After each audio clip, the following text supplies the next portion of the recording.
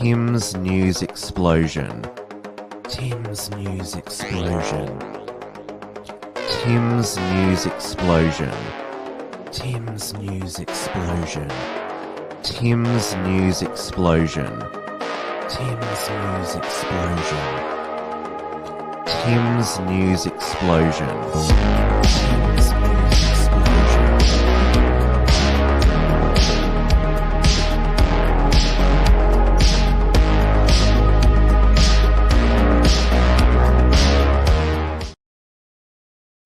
Hello, everybody, and welcome to this week's Tim's News Explosion.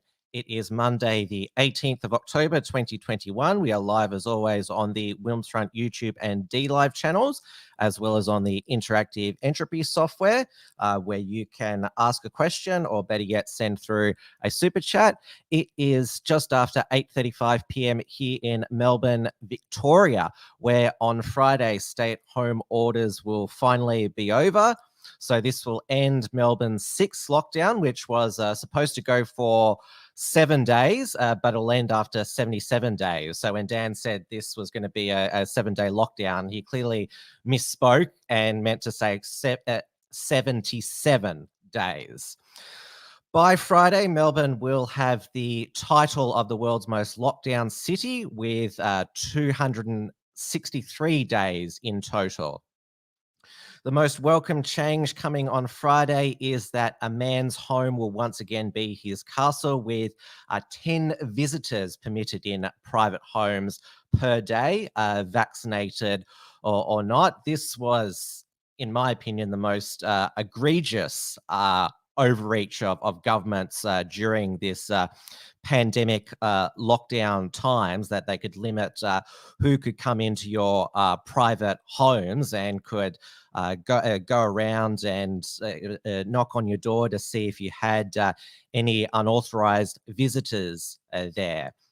But obviously, it's been widely reported in this sixth lockdown, despite the ban on home gatherings, there were a lot of secret gatherings that were occurring, which were blamed for spreading the virus.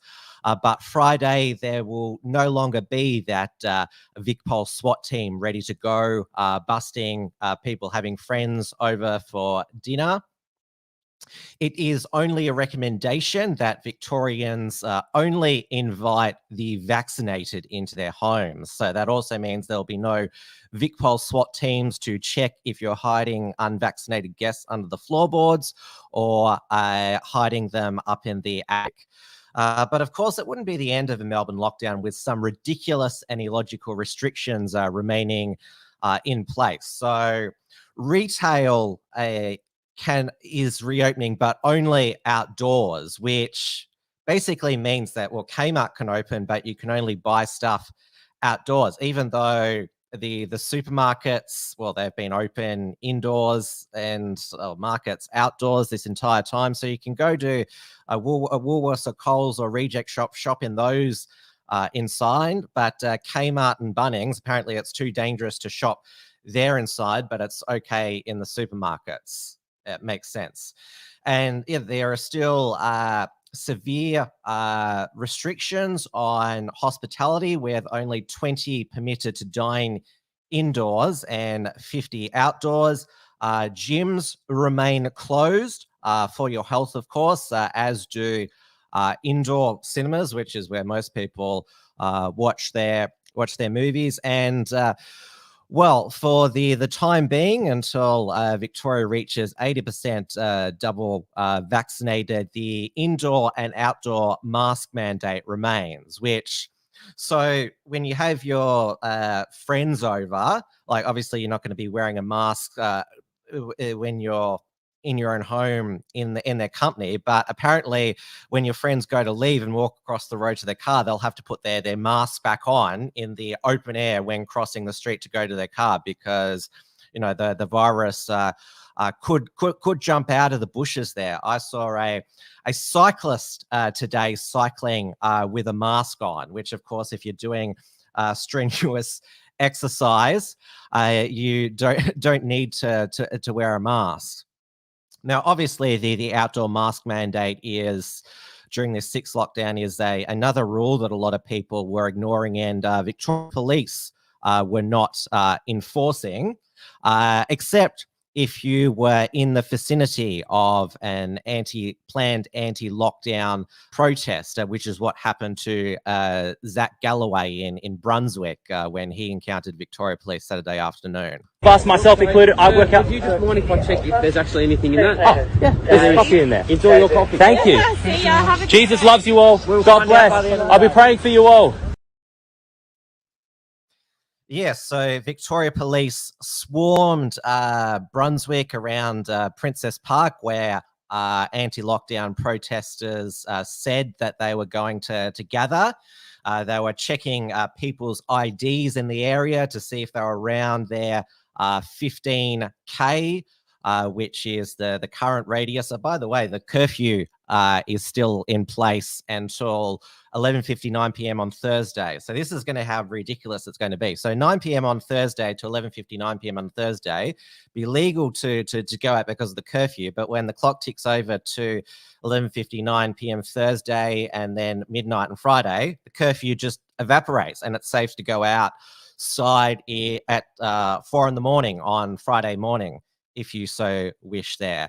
Now, outdoor gatherings, they've been increased to 15. Now, we shall see if the whatever anti-lockdown group is organising at the moment, whether they decide to have another one this Saturday, what the Victoria Police response will be. Because what if it's a protest of less than 15 people? Are Victoria Police still going to pool all their resources into that one location because there'll be a gathering of people there who don't like Dan Andrews and don't like the government? It'll be very interesting to see if that does occur on Saturday, and if Victoria Police do have a heavy presence around a planned protest area, it'll pretty much show that Victoria Police they're only really interested in, at this time, enforcing the rules, making arrests of people who are saying things against the government and the current COVID measures. But going back to Dan's press conference yesterday, which was an almighty backflip, because he said that the home is the most dangerous place for transmission, yet 10 people are going to be allowed at your home on Friday, but the most of the hospitality and retail will largely be limited. So he's done an almighty backflip. I mean, he was in he put a smile on his face yesterday. This is after being the angering, threatening, hectoring lockdown premier, always ratcheting up the fear about this wicked virus. After all, our daily new case numbers are hovering around 2,000 cases. We're recording around 7 to 10 people per day dying with COVID. It was announced on Saturday morning by Jerome Weimer that a 15-year-old girl had died who has had several underlying health conditions, but was COVID positive when she died. But because she was COVID positive when she died, she's counted as a COVID death, which makes you wonder. All these other people recorded as COVID deaths, and they tend to be people in their 70s and 80s. If they already had underlying health conditions, severe comorbidities, and they were just COVID positive when they died, and hence they were recorded as a COVID death. The reason why Dan did this sudden backflip on Sunday is because the science or health advice didn't change. The polling changed. This is by Shannon Deary. He's the state political editor of the Herald Sun. And it goes here, basically, that the reason for Dan's sudden rerouting, I should say, of his roadmap out of lockdown, because it was a significant change from his roadmap based on modelling from the Doomsday Burnett Institute, who, whenever they produce modeling about COVID, it always produces these doomsday scenarios about record cases, record hospitalizations, and deaths. So Shannon says here, sources say recent internal polling has very senior Labor people very concerned, and it has nothing to do with the current corruption probe into Victorian Labor. It was week 2 of the IBAC hearings into Victorian Labor branch stacking and alleged misuse of taxpayer money. So according to internal research, lockdown fatigue appears to have turned against the government much quicker and harder than they would have thought. In particular, there's been a drop in support for Andrews. The polling has basically seen Dan's entire positive ranking wiped, one source said. It's not negative yet, but he doesn't have the natural advantage he's once had. He's lost the positive buffer he had until 2 months ago. Liberal Party polling is showing a similar trend. Anecdotally, social media provides a quick snapshot of public sentiment towards our MPs. Where Andrew had enjoyed unmatched popularity for some time, it has slipped notably in recent months. Some government MPs believe the decision to reimpose the curfew, ban children from using playgrounds in August, dealt Labor its most damaging blow of the pandemic. Something in the community snapped when that happened. A government source said people went from being disheartened to ferociously angry, and that was fueled by raw emotion. And it goes further down here. I won't go through it all. It said, for more than a year, we've heard that this can't be over just because we want it to be, unless you're a premier with a polling problem. And polling is a snapshot of public opinion. A focus group. So it is actually over when the public want it to be. And given that during this 6th lockdown, there had been, as it's termed, so much lockdown fatigue, particular anger at those at that cruel decision to close playgrounds and those vindictive rules such as no removal of masks to consume alcohol outdoors. So we are still I know a lot of people have lost faith. We are still a functioning democracy. And so we're going into an state election next year. And clearly the people have had enough of these lockdowns in the name of health and just want to get back to living life, whatever the risk. I mean, there's risks every day. We don't shut down the roads every time there's a road fatality there. So it's taken, 263 days in lockdown for the Victorian public to get sick of lockdowns, and for a lot more Victorians to realise that Dan Andrews is a cunt. So, I mean, it took the public long enough, but it looks like we're finally there. And Dan Andrews has said that statewide metropolitan lockdowns are a thing of the past, where we're normalizing this virus now. He did all the breakfast TV slots this morning, and also breakfast radio as well. He was all smile, saying he couldn't be prouder of Victorians for getting vaccinated and allowing us to reopen. Well, the reason why so many... And the beauty of how it behaves. The reason why so many Victorians have gotten vaccinated is because many of them had little choice in the matter with the authorised worker mandates that Dan introduced, and also the vaccine ticket economy. That's Dan's new slogan. Vaccination is your ticket.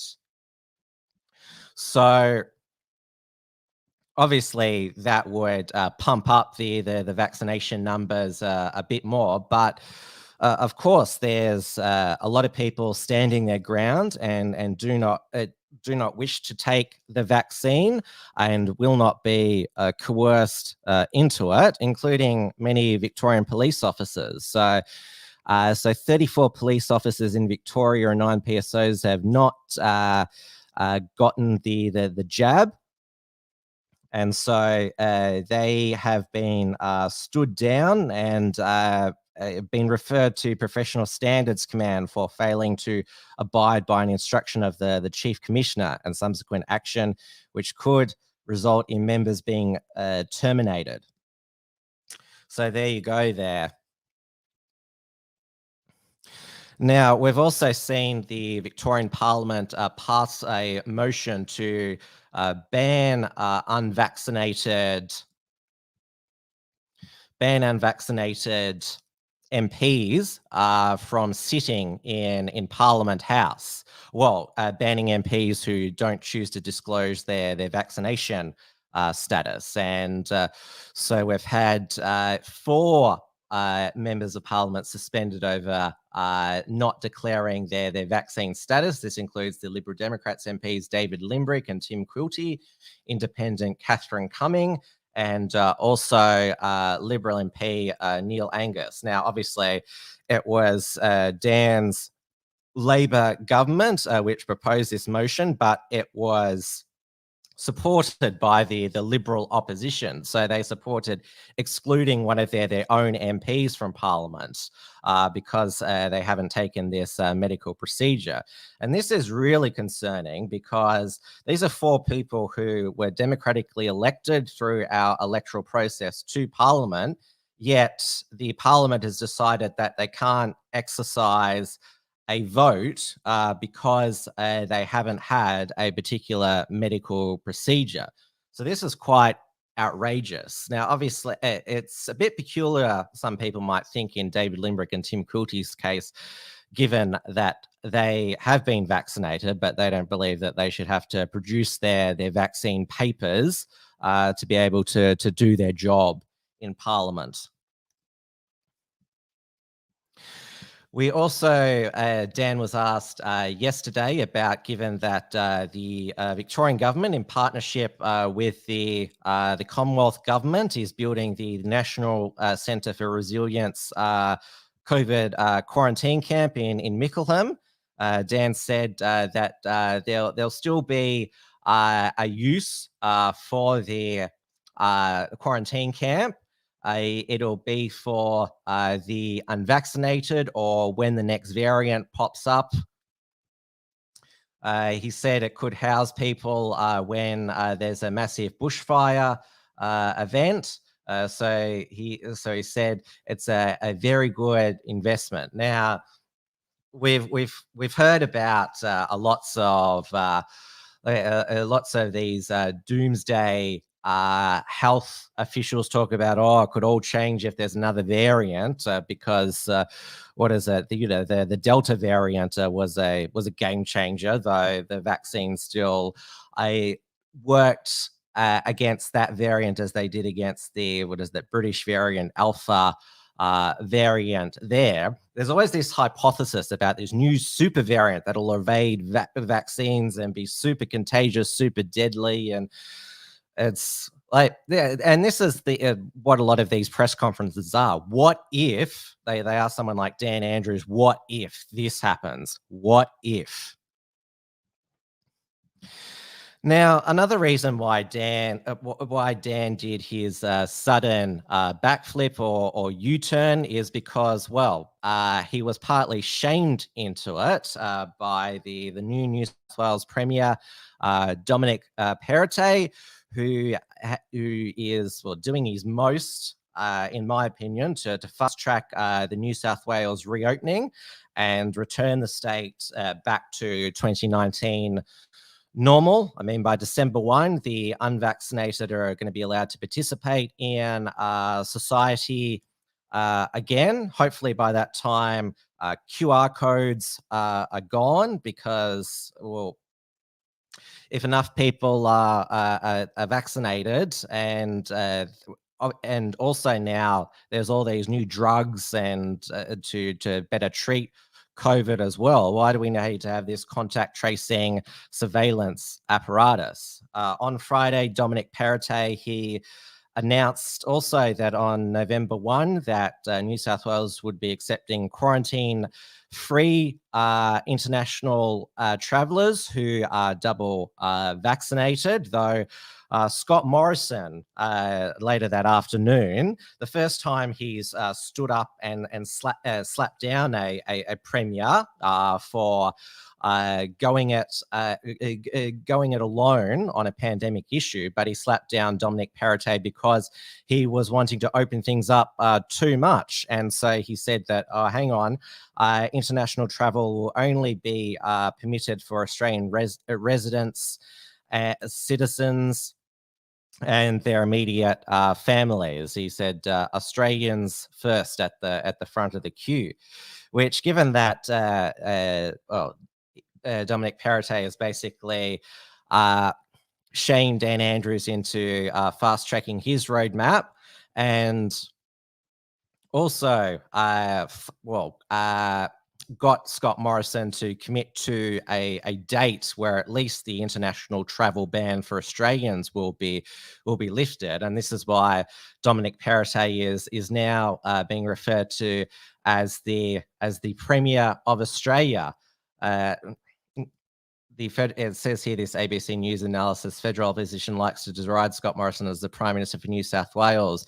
But with a new leader in that state, it's increasingly clear that it's not the opposition causing him headaches, but a man fast earning a reputation as the Premier of Australia, Dominic Perrottet. So what we're seeing from Dominic Perrottet so far, I know that he hasn't met the demands of people like Joel Jamal and Alexandra Marshall, who want all the COVID segregation to end now. But Dominic Perrottet, I mean, 2 weeks in the job, he's done a pretty decent, made a pretty decent start. And when he's not on the job as Premier, he's on the job with his wife, it seems, because he's got 6 children so far with his wife, Helen. He's only 39. Now they're going to be having a 7th child, which is amazing. I guess that they're... I'm just speculating here that that was their way of celebrating his ascension to the premiership. But of course, another reason why the feminist progressive left don't like him is because he's a conservative Catholic, and his wife is having all these children. This was some of the nasty comments left on the news.com.au article. Oh, just stop. This poor woman's body must be in tatters. I'm so uncomfortable having such a religious person in charge of this state. Think they should stop now. Concentrate on something a little more important. How does he get time to manage this state with so many children? We can't manage with 1 or 2 and worrying about paying bills and mortgage. But maybe he can show his time management skills. Way to turn the missus into a baby factory. That was basically my best Paul Joseph Watson Twitter leftist impersonation there. And we also had the woke Anglican Father Rob Bauer, who runs the Anglican Church of Gosford, which was his church was another religious service that Neil Erickson, Senator Slayer, was accused of disrupting. And apparently there is still some sort of warrant out for Neil's arrest up in New South Wales. This was what Father Rod Bowers put outside of his church on Friday afternoon. Let it rip, Dom, will kill us all. Kill us all. So by getting rid of the lockdown and as many restrictions as he can, the COVID attack rate is going to be 100% of everyone in New South Wales, and they're all going to die, even though everyone all throughout this time, everyone who's been infected with COVID has over a 99% survival rate. And the vaccines, they make that chance of dying even smaller. But according to Father Rod Bauer, apparently in New South Wales, everyone's going to get COVID now because of Dom Perrottet, and they're all going to die from it. That's the only logic that that I can make from it. Now, obviously, we've had New South Wales, Victoria, and the ACT abandoning COVID zero, but the rest of Australia is still COVID free.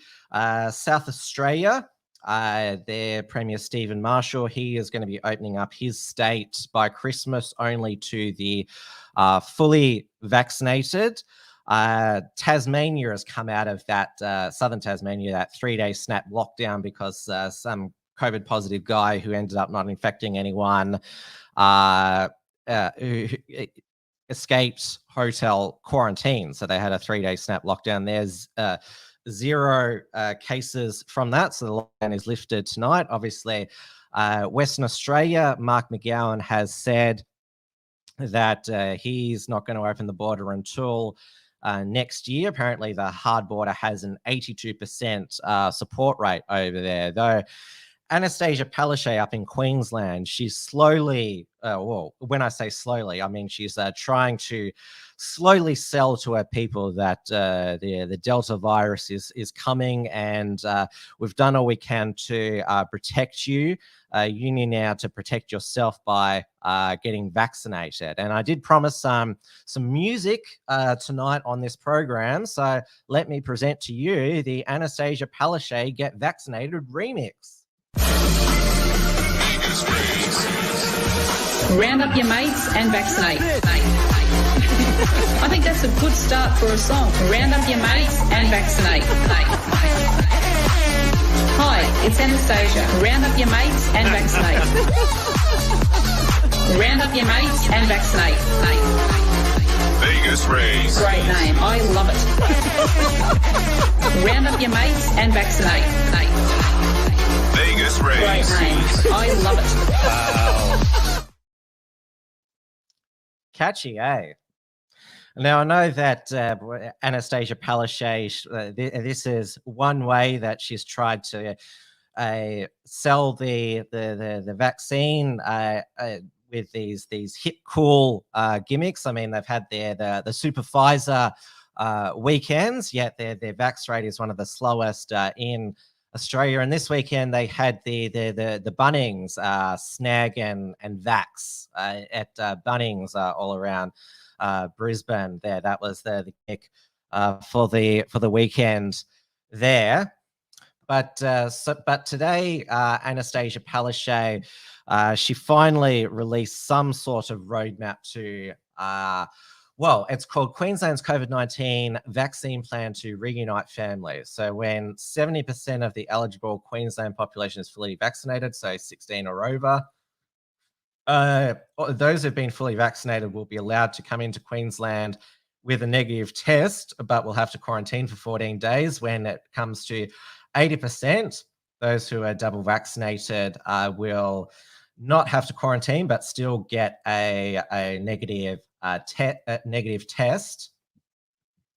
And 90%, there'll be no restriction on entry to Queensland if you're fully vaccinated, and no quarantine requirements. As you all know, I've had one dose of the vaccine. I'm getting my second one on Friday, and part of the reason why I did get it is because I have never had a COVID test, and I never want one. I don't want to be poked up the nose and deep throated with a cotton bud or whatever it is. So if I went to Queensland by 80%, which is 17th of December or earlier, I'd still have to, despite getting two jabs, I'd still have to get one of those pokes up the nose and one of the buds rammed down my throat.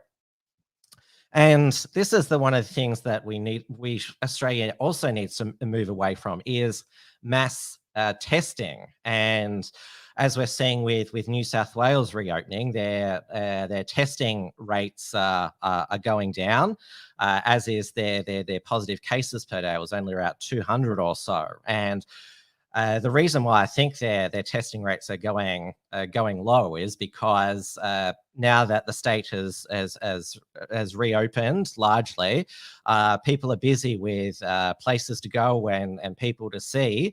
They don't have time to be paranoid about a sniffle and rush off to get tested. Victoria is actually having recording more daily tests now. It was 69,000 in Victoria today, compared with 60,000 in New South Wales, probably because we're in lockdown. People, for the rest of this week, people are still paranoid that whenever they get a sniffle, that the first thing they should do is go and get tested. Even double vaccinated people are getting tested, which obviously is perplexing to a lot of people. And what is that? Just imagine what some of those people are going to do when those rapid tests are available to buy in pharmacies from November. They'll go out and buy a whole bucket full of these rapid tests and testibate themselves every day, poke themselves up the nose or deep throat themselves. It'll never end. And there's been a lot of health officials in the Northern Hemisphere who've said that to fully make the pandemic endemic, we need to end mass testing and surveillance testing. Now, as I mentioned, the IBAC hearings in Victoria are continuing, but the ICAC hearings into Gladys Berejiklian are beginning this week as well. And Gladys's private ICAC testimony, some of it was aired today, where she was asked whether she suspected Mr. Maguire was engaged in corrupt conduct, and like she gave this really what is it you would say, hysterically panicked answer, where she's like, oh, I didn't know. Like, she sounded like she was some sort of like panicked schoolgirl or something. It was quite incredible. So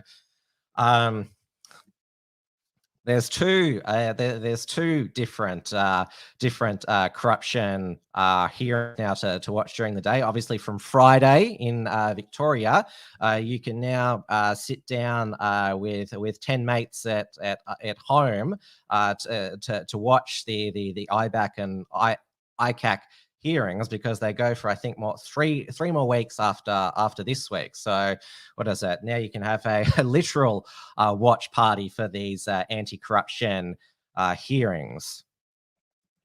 Now, going overseas to the UK, there was the murder of a sitting MP on Friday morning.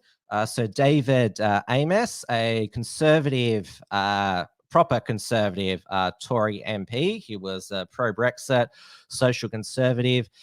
He was stabbed more than a dozen times by a person linked to Islamist extremism, and it was declared a terrorist incident. This is the first headline: officers arrested a British Muslim of Somali descent, 25, and searched 2 London homes.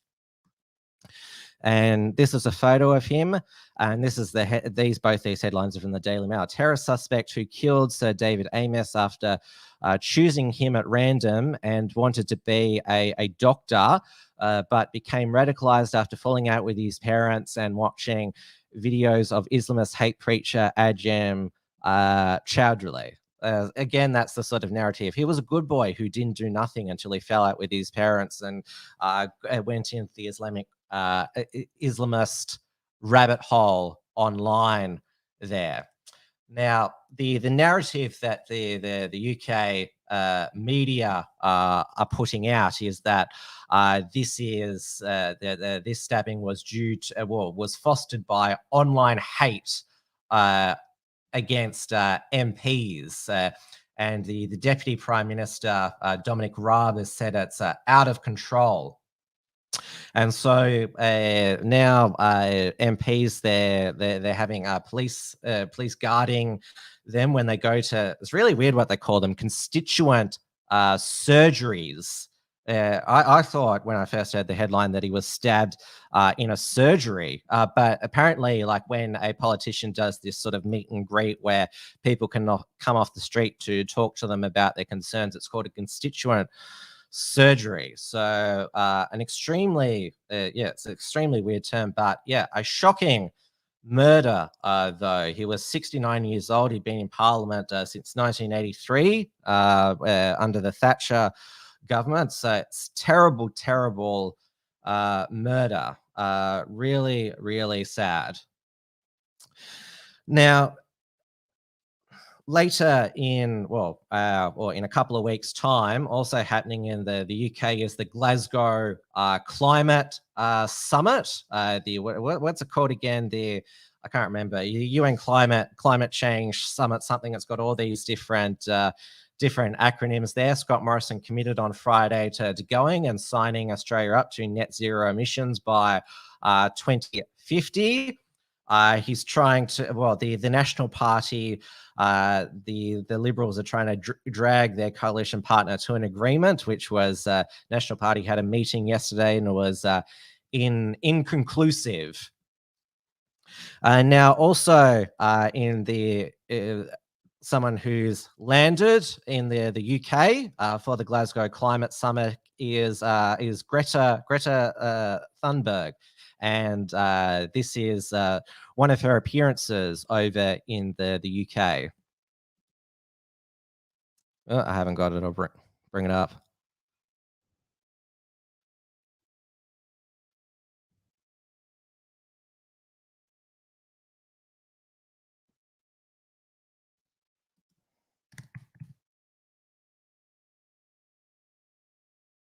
I haven't got it. I was going to play for you Greta rolled. I'll add it in the post edit of, Greta singing "Never Gonna Give You Up, Never Gonna Let You Down." I forgot to upload it there, so I didn't bring you that second piece of music. I'm so sorry. But obviously, Scott Morrison going over to Glasgow, where he won't have to quarantine on the way back. Australia will really be rejoining the rest of the world, which means that, we'll have energy shortages and petrol price hikes. I mean, petrol in Melbourne is now at $1.80. And I also noticed that